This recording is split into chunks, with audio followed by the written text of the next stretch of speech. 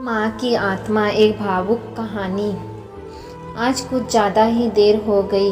वैसे तो वो महिला हर रोज़ 8:30 बजे तक आ जाती थी। आज 9:30 बजने को आए फिर भी नहीं आई। बिना उसके आए दुकान बंद भी तो नहीं कर सकता। उसे वचन जो दिया है। क्या नाम था उसका? इतने दिनों में उसका नाम भी नहीं पूछा मैंने। यह सब बातें राकेश के दिमाग में चल रही थी। कुछ दिनों पहले ही तो उसने ये डेयरी शुरू की थी।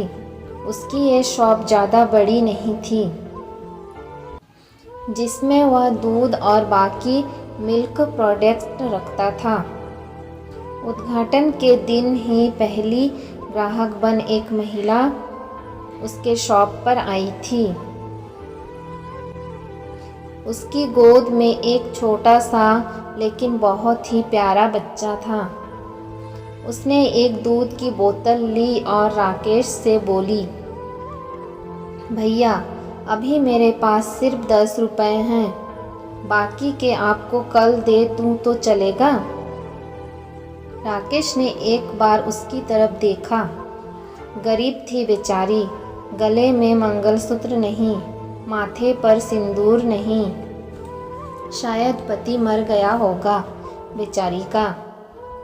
राकेश ने अंदाज़ा लगाया। पुरानी मैली साड़ी को कई जगह रफू किया हुआ था। माथे से पसीने की बूंदें बह रही थी। फिर उसकी नज़र उस मासूम बच्चे पर गई जिसके चेहरे पर हंसी थी और अभी अभी आए 2 दांत उस हंसी को 4 चांद लगा रहे थे। राकेश ने उस महिला की तरफ देखा और बोला, कोई बात नहीं बहन, आप मुझे बाद में पैसे दे देना। मैं रमेश की तरफ देखा और बोली, भैया मैं ज़रूर आपको कल पैसे दे दूंगी। यही पास में ही उस दूसरे गली में छोटा सा घर है, वहीं रहती हूँ मैं। राकेश मुस्कुराते हुए बोला, कोई बात नहीं बहन, कल पैसे ना हो तो भी चलेगा, जब आपके पास होंगे तब दे देना। फिर वह महिला वहाँ से चली गई। अगले दिन वह महिला पैसा लेकर डेयरी पर आई और पैसे राकेश को देने लगी। राकेश ने पैसे लेने से मना किया और बोला, नहीं बहन, मैं यह पैसे नहीं ले सकता, क्योंकि कल आपने मेरी बोहनी की थी और कल मुझे 2000 का फ़ायदा हुआ। आप मेरे लिए बहुत लक्की साबित हुई, इसलिए यह पैसे मैं नहीं ले सकता। राकेश की कही इस बात से उस महिला को बहुत ज़्यादा खुशी हुई, क्योंकि इतने सालों बाद किसी ने पहली बार उसको लक्की कहा था।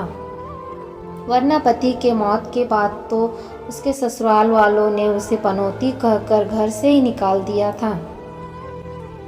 भैया रात को कितने बजे तक आपकी यह शॉप खुली रहती है? महिला ने राकेश से पूछा।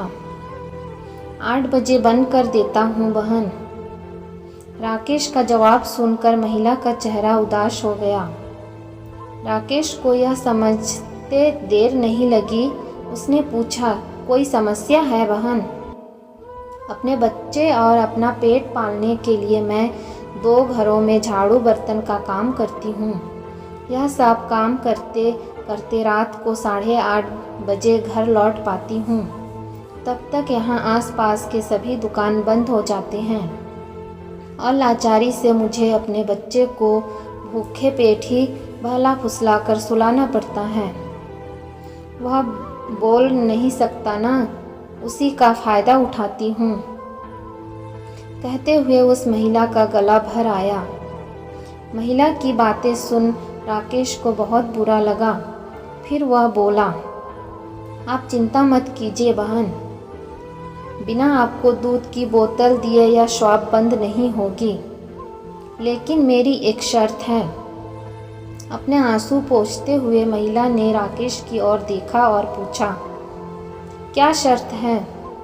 राकेश बोला, आप मुझे दूध के पैसे नहीं देंगी।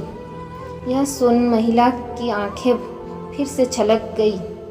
लेकिन इस बार आंसू दुख के नहीं, खुशी के थे। उसे ऐसा लग रहा था जैसे इंसान के रूप में भगवान उसकी मदद करने आए गए हों।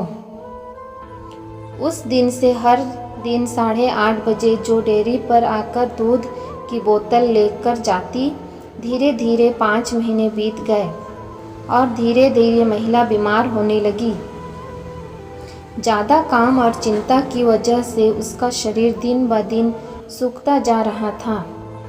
ऐसे ही एक दिन राकेश अपनी दुकान का सारा काम खत्म कर इस महिला के आने का इंतज़ार कर रहा था। 9:30 बजे वह महिला आई। आज उसका चेहरा कुछ ज़्यादा ही बेजान नज़र आ रहा था। बीमारी के कारण आँखों के नीचे काले घेरे और ज़्यादा बढ़े हुए नज़र आ रहे थे। राकेश ने तुरंत फ्रिज खोलकर दूध की बोतल निकाल उसे दिया। फ्रिज बंद करने के लिए राकेश मुड़ते हुए बोला कि बहन, आज कुछ ज़्यादा ही देर कर दी। वो घुमा तब तक वो महिला दूध की बोतल लेकर जा चुकी थी। उसने सोचा आज ज़्यादा देर हो गई इसलिए वह जल्दी चली गई होगी। बेचारी का बच्चा रोता होगा भूख से। राकेश ने दुकान बंद की और घर चला गया। अगले दिन ठीक 8 बजे वह महिला शॉप पर आई और आकर बिना कुछ बोले खड़ी हो गई। हमेशा की तरह राकेश ने उसे दूध की बोतल दी। कोई चीज़ नीचे गिरी तो उसे उठाने के लिए राकेश नीचे झुका। वह चीज़ उठाई और सामने देखा तो वह महिला वहाँ नहीं थी। राकेश को आज पता नहीं क्यों उस महिला में काफ़ी बदलाव नज़र आया था। उसे वह बड़ी कमज़ोर सी नज़र आई।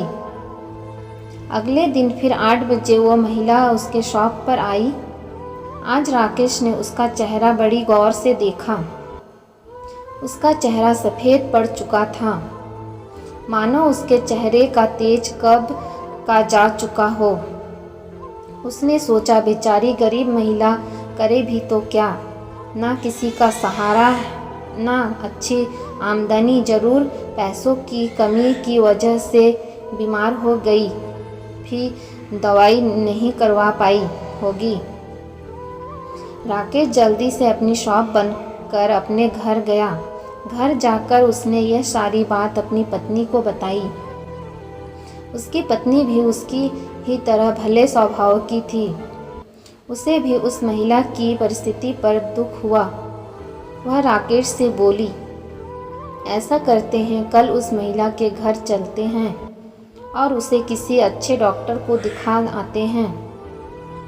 राकेश को अपनी पत्नी की बात सुन उस पर गर्व हुआ, क्योंकि उसके विचार भी उसी की तरह दूसरों के प्रति परोपकार के थे। अगले दिन सुबह दोनों उस महिला के घर जाने को रवाना हुए। राकेश को उसका पता ठीक से याद था।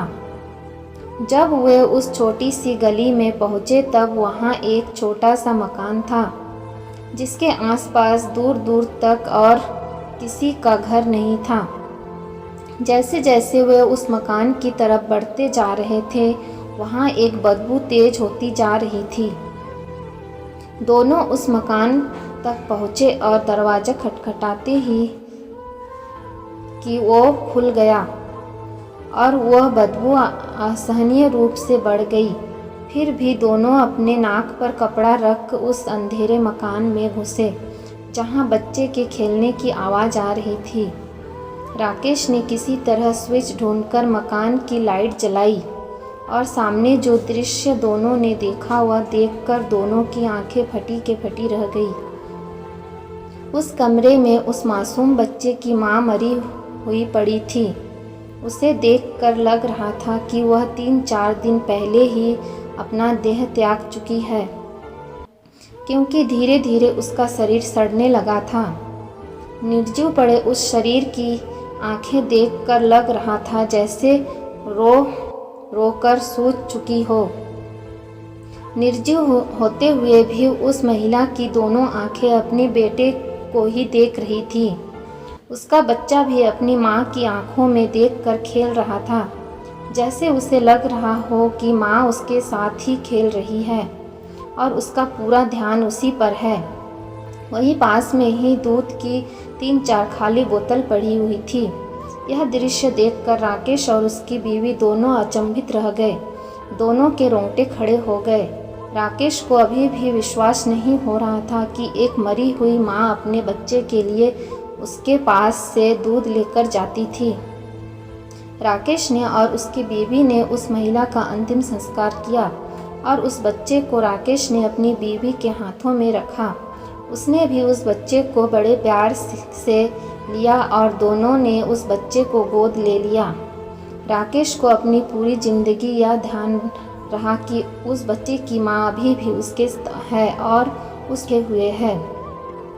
दोस्तों, कैसी लगी आज की कहानी? अगर आपको ऐसी ही इमोशनल कहानियाँ अच्छी लगती हैं तो आप हमारे चैनल को ज़रूर सब्सक्राइब करें।